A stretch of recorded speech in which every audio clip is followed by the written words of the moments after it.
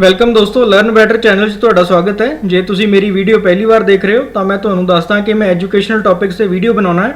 ਤੁਸੀਂ ਮੇਰਾ channel subscribe ਕਰ ਸਕਦੇ ਹੋ ਤੇ ਬੈਲ ਆਈਕਨ ਤੇ ਪ੍ਰੈਸ ਕਰ ਸਕਦੇ ਹੋ ਤਾਂ ਕਿ ਆਉਣ ਵਾਲੀਆਂ ਵੀਡੀਓਜ਼ ਦੇ ਨੋਟੀਫਿਕੇਸ਼ਨ ਤੁਹਾਨੂੰ ਮਿਲਦੇ ਰਹਿਣ। ਅੱਜ ਅਸੀਂ ਗੱਲ ਕਰਾਂਗੇ ਐਗਰੀਕਲਚਰ ਆਰਡੀਨੈਂਸਸ ਦੇ ਬਾਰੇ 'ਚ, ਜਿਹੜੇ ਕਿ ਸੈਂਟਰ ਗਵਰਨਮੈਂਟ ਜੂਨ ਦੇ ਮਹੀਨੇ 'ਚ ਲੈ ਕੇ ਆਈ ਸੀ ਤੇ ਹੁਣ ਵਾਲੇ ਪਾਰਲੀਮੈਂਟ ਸੈਸ਼ਨ ਦੇ ਵਿੱਚ ਇਹਨਾਂ ਨੂੰ ਪੇਸ਼ ਕੀਤਾ ਜਾਣਾ ਤੇ ਇਹਨਾਂ ਨੂੰ ਪਾਸ ਕੀਤਾ ਜਾਏਗਾ।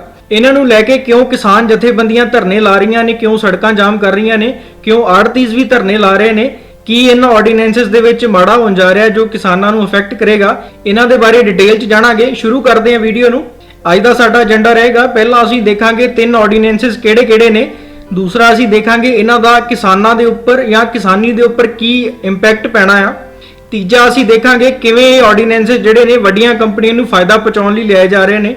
ਸੋ ਚੌਥਾ ਅਸੀਂ ਦੇਖਾਂਗੇ ਕਿ ਇਹ ਆਰਡੀਨੈਂਸਸ ਪਾਰਲੀਮੈਂਟ ਦੇ ਵਿੱਚ ਪਾਸ ਹੋਣਗੇ ਜਾਂ ਕਿਸਾਨ ਜਥੇਬੰਦੀਆਂ ਧਰਨਾ ਲਾ ਕੇ ਇਹਨਾਂ ਤੇ ਰੋਕ ਲਾ ਸਕਣਗੀਆਂ। ਸੋ ਇਹਨਾਂ ਚੀਜ਼ਾਂ ਬਾਰੇ ਅਸੀਂ ਡਿਟੇਲ 'ਚ ਜਾਣਾਂਗੇ। ਸੋ ਸਭ ਤੋਂ ਪਹਿਲਾਂ ਦੇਖ ਲੈਂਦੇ ਹਾਂ ਕਿਹੜੇ-ਕਿਹੜੇ 3 ਆਰਡੀਨੈਂਸਸ ਨੇ। ਪਹਿਲਾ ਆਰਡੀਨੈਂਸ ਹੈ farmers produce trade and commerce ordinance, ਇਹਨੂੰ ਪ੍ਰਮੋਸ਼ਨ ਐਂਡ ਫੈਸਿਲਿਟੇਸ਼ਨ ਆਰਡੀਨੈਂਸ ਵੀ ਕਹਿੰਦੇ ਨੇ। ਦੂਜਾ ਆਰਡੀਨੈਂਸ ਹੈ farmers empowerment and protection agreement on price assurance and farm services. ਤੀਜਾ ਆਰਡੀਨੈਂਸ ਹੈ ਐਸੈਂਸ਼ੀਅਲ ਕਮੋਡਿਟੀਜ਼ ਆਰਡੀਨੈਂਸ। ਜੋ ਤੀਜਾ ਆਰਡੀਨੈਂਸ ਹੈ ਇਹ ਕੋਈ ਨਵਾਂ ਕਾਨੂੰਨ ਨਹੀਂ ਹੈ, ਪੁਰਾਣੇ ਕਾਨੂੰਨ ਦੇ ਵਿੱਚ ਸੋਧ ਹੈ। ਸੋ ਇਹਨਾਂ ਤਿੰਨਾਂ ਆਰਡੀਨੈਂਸਸ ਦੇ ਬਾਰੇ ਜਾਣਦੇ ਹਾਂ ਕਿ ਇਹਨਾਂ ਤਿੰਨਾਂ ਦੇ ਵਿੱਚ ਲਿਖਿਆ ਕੀ ਹੈ, ਕਿਉਂ ਕਿਸਾਨਾਂ ਨੂੰ ਇੰਨਾ ਇੰਪੈਕਟ ਕਰਨਗੇ।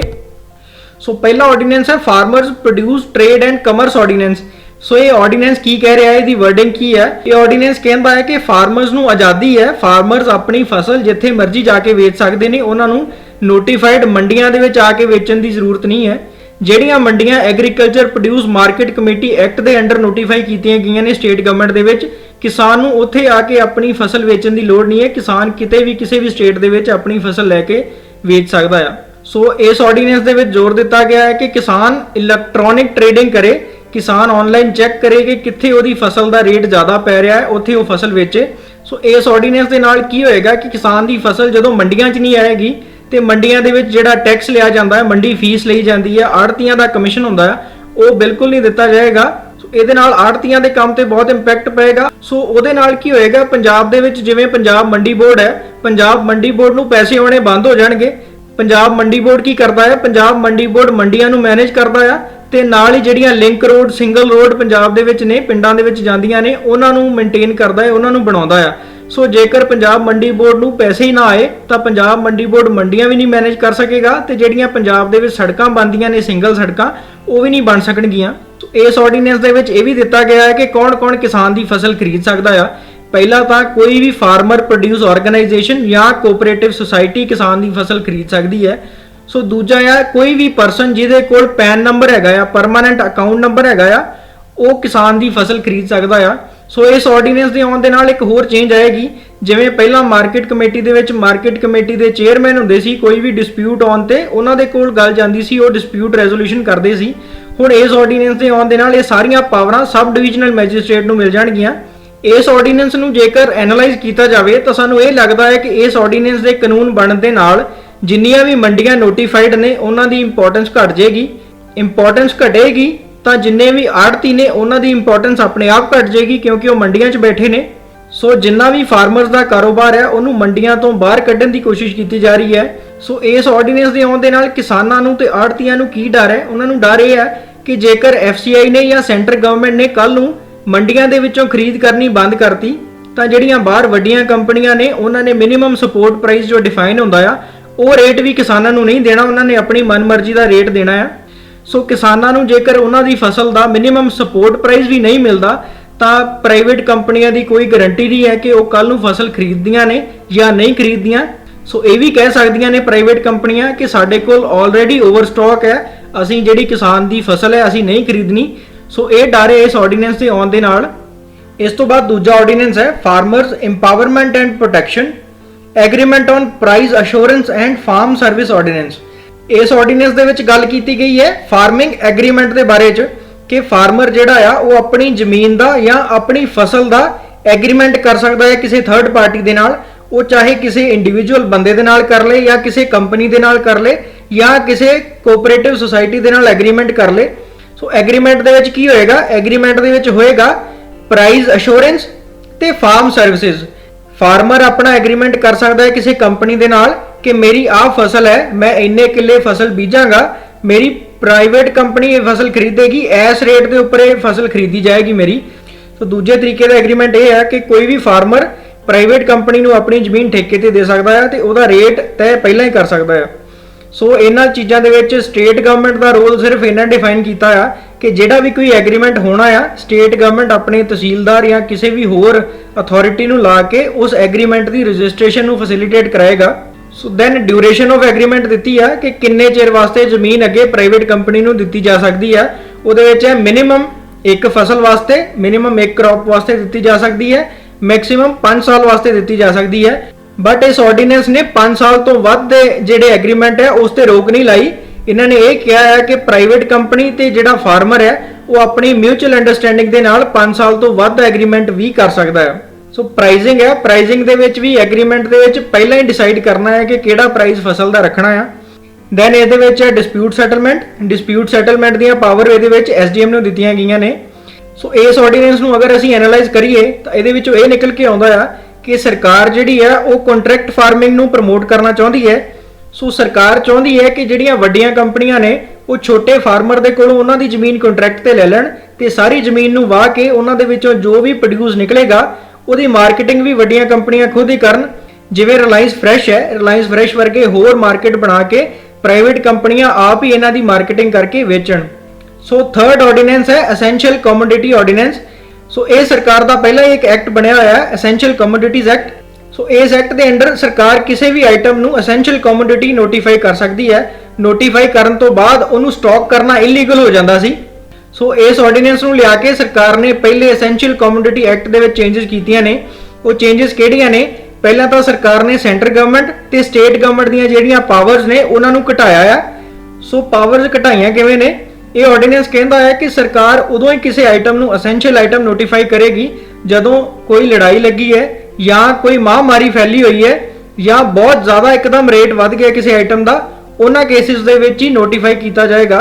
सो दूजा ये ऑर्डीनेंस ये कहता है कि सरकार उदों ही स्टॉक लिमिट नूं इंपोज करेगी जदों हार्टिकल्चर प्रोड्यूस का जिहड़ा रेट है वो 100% इनक्रीज नहीं हो जाता या एग्रीकल्चर प्रोड्यूस का जिहड़ा रेट है वो 50% इनक्रीज नहीं हो जाता।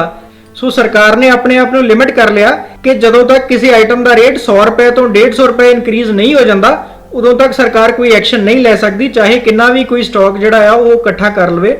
सो इस ऑर्डीनेंस नूं अगर एनालाइज किया जाए तो ये तो ये निकल के आउंदा है कि सरकार प्राइवेट कंपनियां नूं वड्डियां कंपनियां नूं खुल दे रही है कि वो अपने सीलोज बना के अपने वेयर हाउस बना के जिन्ना मर्जी एग्रीकल्चर प्रोड्यूस है जिहड़ा उन्होंने स्टॉक कर सकती है। मार्केट दे विच उहदा रेट जिन्ना मर्जी वध जावे सरकार उहदे ते कोई एक्शन नहीं लएगी।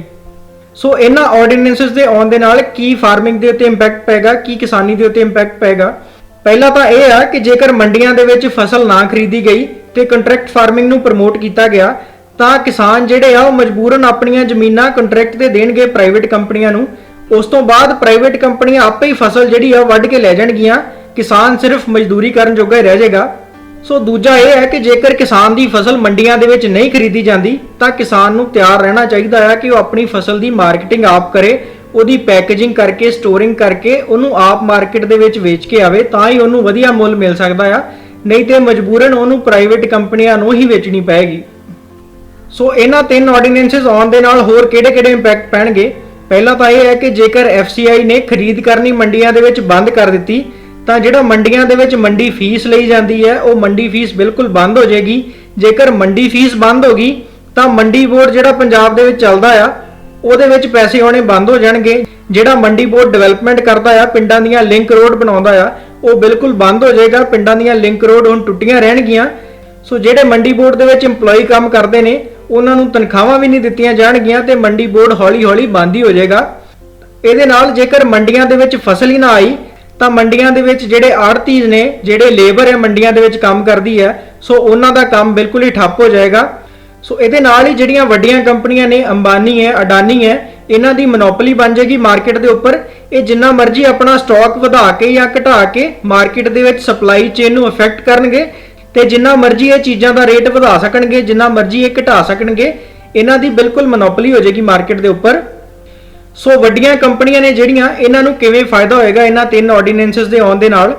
ਪਹਿਲਾ ਤਾਂ ਇਹ ਹੈ ਕਿ ਫਾਰਮਰ ਦੇ ਕੋਲੋਂ ਡਾਇਰੈਕਟਲੀ ਚੀਜ਼ ਖਰੀਦਣਗੀਆਂ ਜਾਂ ਕੰਟਰੈਕਟ ਫਾਰਮਿੰਗ ਕਰਕੇ ਆਪਣੀ ਫਸਲ ਜਿਹੜੀ ਆ ਪ੍ਰੋਡਿਊਸ ਸਸਤੇ ਭਾਅ ਤੇ ਲੈ ਕੇ ਆਪਣੀ ਮਾਰਕੀਟ ਦੇ ਵਿੱਚ ਮਹਿੰਗੇ ਭਾਅ ਤੇ ਚੀਜ਼ ਵੇਚਣਗੇ। ਸੋ ਦੂਜਾ ਇਹ ਹੈ ਕਿ ਜੇਕਰ ਕਿਸਾਨ ਨੂੰ ਐਗਰੀਮੈਂਟ ਕਰਨਾ ਪਿਆ ਵੱਡੀਆਂ ਕੰਪਨੀਆਂ ਦੇ ਨਾਲ ਤਾਂ ਵੱਡੀਆਂ ਕੰਪਨੀਆਂ ਆਪਣੀ ਮਰਜ਼ੀ ਦਾ ਰੇਟ ਲਾਉਣਗੀਆਂ ਕਿਸਾਨ ਕੋਲੋਂ। ਮਾਰਕੀਟ ਦੇ ਵਿੱਚ ਉਸ ਚੀਜ਼ ਦੀ ਵੈਲਿਊ ਭਾਵੇਂ ਜਿੰਨੀ ਮਰਜ਼ੀ ਹੋਵੇ, ਵੱਡੀਆਂ ਕੰਪਨੀਆਂ ਕਿਸਾਨ ਨੂੰ ਬਹੁਤ ਥੋੜਾ ਰੇਟ ਦੇਣਗੀਆਂ। ਤੀਜਾ ਬਹੁਤ ਵੱਡਾ ਫਾਇਦਾ ਕੰਪਨੀਆਂ ਨੂੰ ਇਹ ਆ ਤੇ ਸਰਕਾਰ ਨੂੰ ਬਹੁਤ ਵੱਡਾ ਲਾਸ ਇਹ ਆ ਕਿ ਇਹਦੇ ਵਿੱਚ ਕੋਈ ਵੀ ਟੈਕਸ ਇਕੱਠਾ ਨਹੀਂ ਹੋਣਾ। ਸਰਕਾਰ ਦੇ ਖਜ਼ਾਨੇ ਦੇ ਵਿੱਚ ਕੋਈ ਵੀ ਟੈਕਸ ਨਹੀਂ ਆਉਣਾ, ਸਰਕਾਰ ਵੱਲੋਂ ਕੋਈ ਵੀ ਡਿਵੈਲਪਮੈਂਟ ਨਹੀਂ ਕੀਤੀ ਜਾਣੀ। ਸੋ ਕੰਪਨੀਆਂ ਜਿਹੜੀਆਂ ਆ ਵਿਦਆਊਟ ਟੈਕਸ ਆਪਣੀ ਮਾਰਕੀਟ ਜਿਹੜੀ ਆ ਉਹ ਚਲਾ ਸਕਦੀਆਂ ਨੇ।